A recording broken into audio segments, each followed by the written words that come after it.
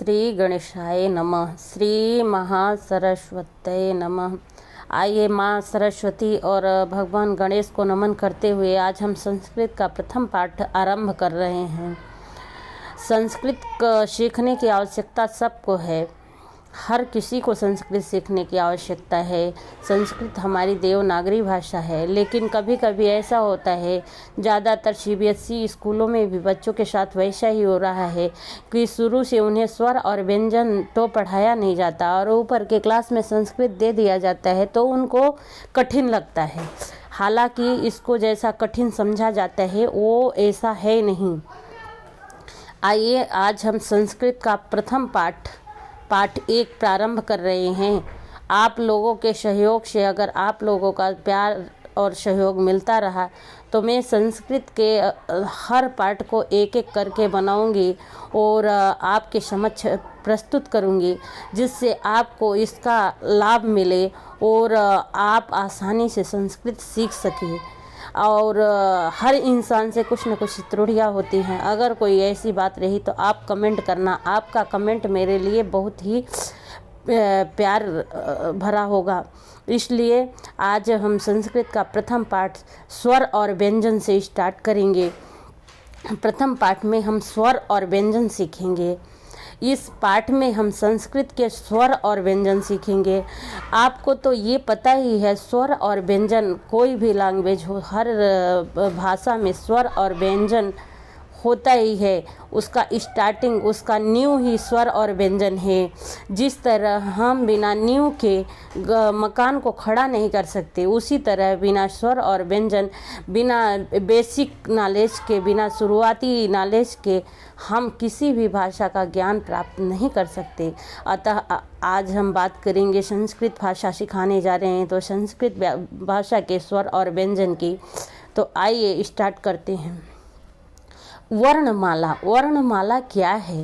वर्णमाला किसी भी भाषा के वर्णों का समूह, किसी भी भाषा के वर्णों का व्यवस्थित समूह जो होता है वो वर्णमाला कहलाता है। वर्ण 2 प्रकार के होते हैं, स्वर और व्यंजन। आपको भी पता है वर्ण 2 प्रकार के होते हैं, स्वर और व्यंजन। स्वर जो है वह स्वतंत्र ध्वनि है।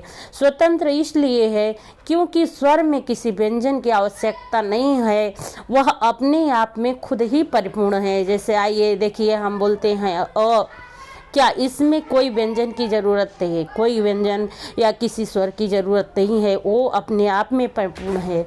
ई, ए, जबकि व्यंजन बिना स्वर की सहायता के नहीं बोला जा सकता है। व्यंजन बिना स्वर की सहायता के आधा होता है।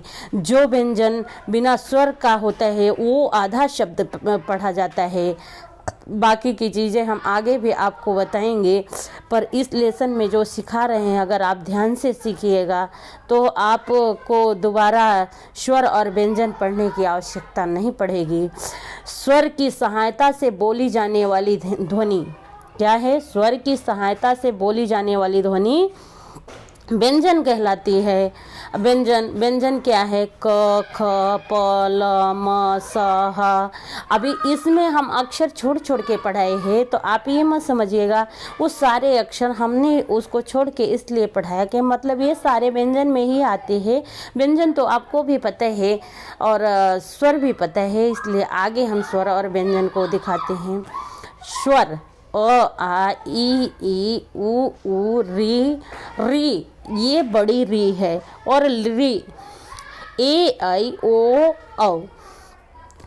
आइए हमारे साथ दोहराइए आप। ओ, आ, ई, उ, री। तो ये री तो आपने हिंदी में पढ़ा है, लेकिन ये बड़ी री नहीं पढ़ा है। यही फर्क है संस्कृत के व्यंजन में। री। अच्छा, जैसे जैसे आप संस्कृत को पढ़ने आगे जाएंगे तो आपको बहुत सारे ऐसे शब्द मिलेंगे जो कि आपने हिंदी या अदर भाषाओं में नहीं पढ़ा है। ए, आई, ओ, औ।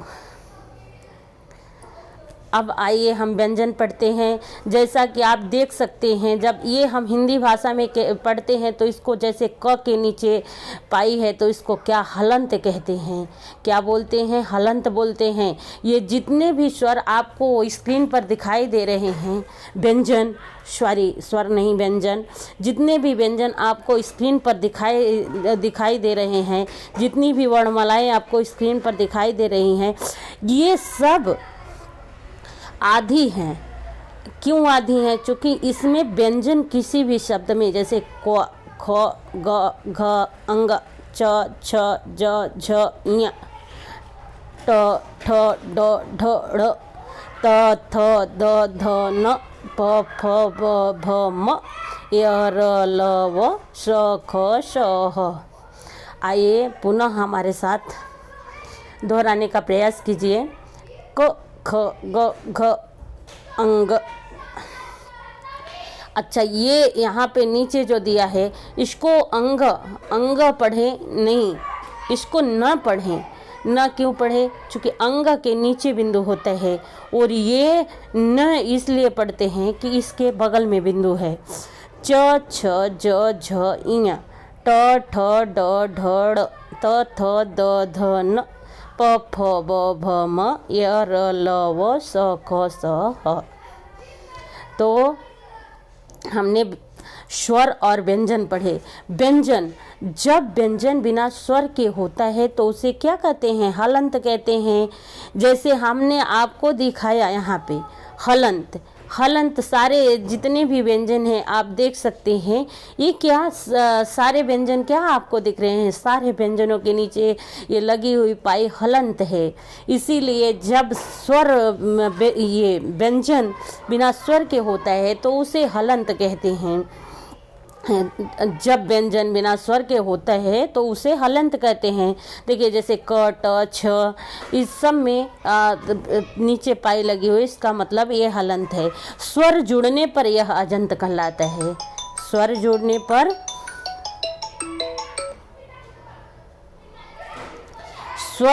पर यह अजंत कहलाता है। स्वर जुड़ने पर यह अजंत कहलाता है। जैसे क, धन, अ बराबर क, क्या हो गया? क पूर्ण हो गया है अब, तो क धन अ बराबर क, ट धन उ बराबर टू, क्या हो गया? टू। तो अब ये भी पूर्ण हो गया। छ धन ई बराबर छी। अच्छा, ये भी आपको पता है कि जो भी स्वर और व्यंजन होते हैं इनमें जो मात्राएं, जैसे स्वर जैसा होता है मात्रा भी वैसी ही बनती है। जैसे छ के साथ आप देखिएगा तो ई है, लेकिन छोटी ई की मात्रा है तो ये छोटी ई होगी। अगर यहाँ पे बड़ी ई की मात्रा होती तो बड़ी होती। जैसे ट के साथ बड़ा ऊ है तो टू है। अगर ये ट के साथ छोटा ऊ होता तो छोटा टू होता। देखो क के साथ अ है तो क है, लेकिन क के साथ आ होता तो का होता है। तो स्वर जिस अवस्था में होता है व्यंजन का रूप उसी अवस्था में बदलता है। तो आज हमने स्वर और व्यंजन सीखा। आपको वीडियो कैसी लगी? अगर अच्छी लगी तो लाइक, शेयर, सब्सक्राइब कीजिएगा।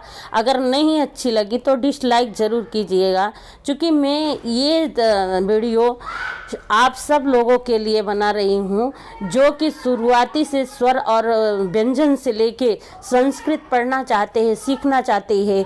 ये छात्रों के लिए तो लाभकारी है ही, लेकिन उन सब लोगों के लिए भी लाभकारी है जो सीखना चाहते हैं, जो संस्कृत पढ़ना चाहते हैं। क्योंकि संस्कृत हमारी देवनागरी भाषा है और ये देवताओं की भाषा बोली कहा जाता है कि यह देवताओं की भाषा है। संस्कृत के बारे में एक चीज़ आप और भी देखे होंगे कि जब भी कभी कहीं पर भी महाराष्ट्र हो, बंगाल हो, उड़ीसा हो, चेन्नई हो, दिल्ली हो, राजस्थान हो, पंजाब हो, गुजरात हो, भाषा कोई भी रहने दो, जैसे गुजरात में गुजराती, महाराष्ट्र में मराठी, हर जगह अलग अलग भाषाएं होती है। लेकिन आप लोगों ने देखा होगा, जो कोई अभी पूजा कराता है, गृह प्रवेश या किसी भी तरह की पूजा समझ लीजिए, तो उसमें मंत्र जो होते हैं, पंडित जी कहीं के भी हों, मंत्र वो उच्चारण संस्कृत में ही करते हैं।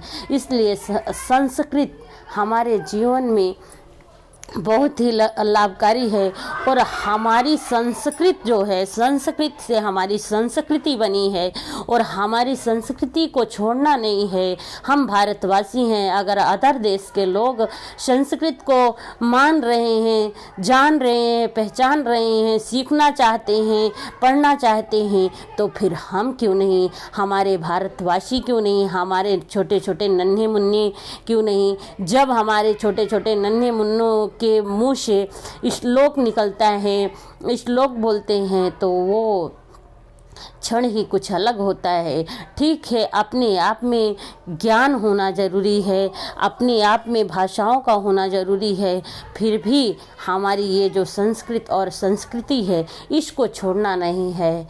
तो धन्यवाद। अगर आपको वीडियो अच्छी लगी तो लाइक, शेयर, सब्सक्राइब ज़रूर कीजिएगा, मेरा ये विनम्र निवेदन है। लेकिन अच्छी न लगे तो कम से कम डिसलाइक ज़रूर कीजिएगा। धन्यवाद।